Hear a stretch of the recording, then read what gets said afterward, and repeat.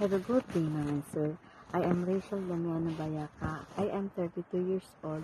I have two sisters and I am single.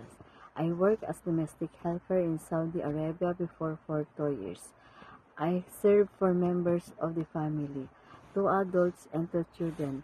I do the household work like cleaning the house, washing dishes, washing clothes, and ironing. I can also cook food like pork and vegetables.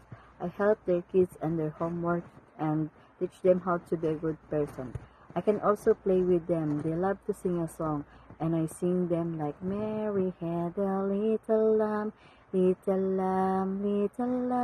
Mary had a little lamb, it's sweet as white as snow. Mom, sir, if you are going to trust me, I promise to do all my best to do my duties and to love your whole family. Thank you and have a good day and God bless you, Mom and sir.